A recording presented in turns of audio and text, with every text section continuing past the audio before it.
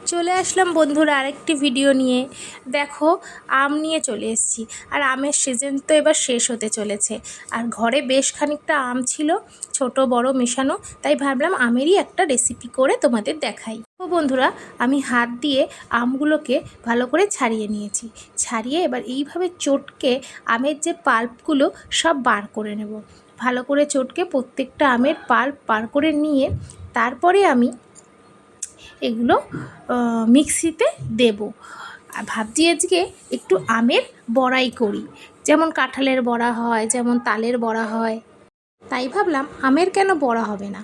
তাই এইভাবে প্রথমে পাল্পগুলো বার করে নিয়ে এবার যে শক্ত শক্ত ওপরে ওগুলো আছে না, ওগুলো একটু মিক্সিতে গ্রাইন্ড করে নেব, তাহলে ভালো হবে। দেখো বন্ধুরা, মিক্সি করে আমি পাল্পটা পুরো একদম স্মুথলি করে নিয়েছি।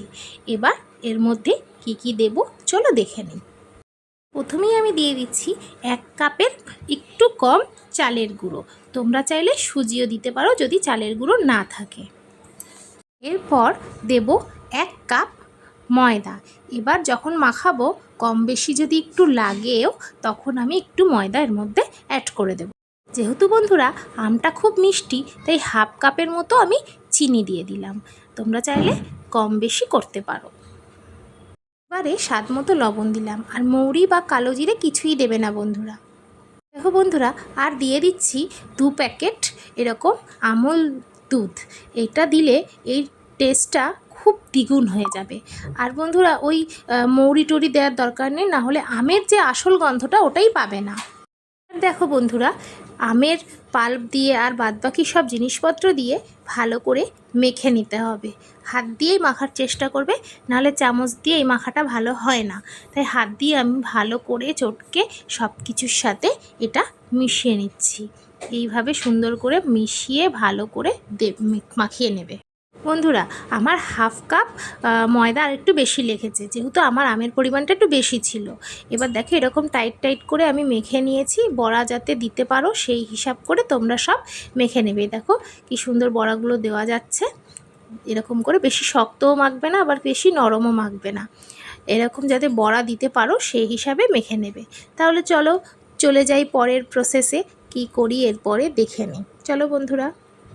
বন্ধুরা আমি কড়াই বসিয়ে দিয়েছি, আর কড়াইতে দিতে হবে সাদা তেল। সাদা তেলটা একটু বেশি পরিমাণেই দিতে হবে, যেহেতু বড়া একটু ডুবো তেলেই ভাজতে হবে। তাই তেলটা দিয়ে দিলাম একটু বেশি করে। এবার একটু গরম হোক। প্রথমেই বন্ধুরা আমি ভালো করে তেলটা গরম করে নিয়েছি, তারপরে একদম আস্তে করে দিয়েছি। এবার আস্তে আস্তে এক এক করে সব বড়াগুলো আমি এর মধ্যে দিয়ে দেব। দেখো তোমরা এইভাবেও দিতে পারো, যে যেরকম সুবিধা হবে সে সেইভাবে বড়াগুলো তেলের মধ্যে দেবে। এখন গ্যাসের ফ্লেমটা লোতেই রাখবে। তারপরে যখন দেওয়া হয়ে যাবে তখন ফ্লেমটা হাই করে দেবে। এবার দেখো বন্ধুরা, গ্যাসের ফ্লেমটা আমি হাই করে দেব, দিয়ে এবার কিছুক্ষণ হতে দেব। তো বন্ধুরা এক পাশ হয়ে গেছে, এবার আস্তে আস্তে আমি ওলট পালট করে দিচ্ছি। দেখো বন্ধুরা কালারটা খুব সুন্দর এসছে। এর মধ্যে কোনো ফুড কালার মেশানোর কোনো দরকার নেই, এটা একদমই আমের ন্যাচারাল কালার এসছে। এবার আস্তে আস্তে এপিট ওপিট করে সুন্দর করে লাল লাল করে ভেজে নিলেই আমাদের বড়া একদম রেডি হয়ে যাবে। বন্ধুরা বড়াগুলো এরকম লাল লাল করে ভেজে নিয়েছি, এরপর তুলে নেব। চলো তাহলে আরও বাদবাকি তুলে নিয়ে বাদবাকি যতটা আছে ব্যাটার বড়া করে তোমাদের সাথে আবার ফিরে আসছি। বন্ধুরা সব বড়াগুলো আমি ভেজে নিয়ে চলে এসেছি। আর দেখো বন্ধুরা গরম গরম বড়াগুলো খুব সফট হয়েছে। ঠান্ডা হলেও খুব ভাল লাগে, আর বড়া জিনিস তো ঠান্ডা হলেই বেশি ভাল লাগে, তাই না বন্ধুরা? আমার তো ঠান্ডা বড়াই ভালো লাগে, আমার এই গরম বড়া খেতে ইচ্ছা করে না। খুব সুন্দর হয় আর ভীষণ টেস্টি হয়েছিল, পুরো আমের ফ্লেভারটা পাচ্ছিলাম। আর যদি কোনো কিছু মৌরি টৌরি এর মধ্যে দিয়ে দিতাম তাহলে আর পেতাম না। তাহলে ভিডিওটি ভালো লাগলে অবশ্যই একটা লাইক কমেন্ট শেয়ার ফলো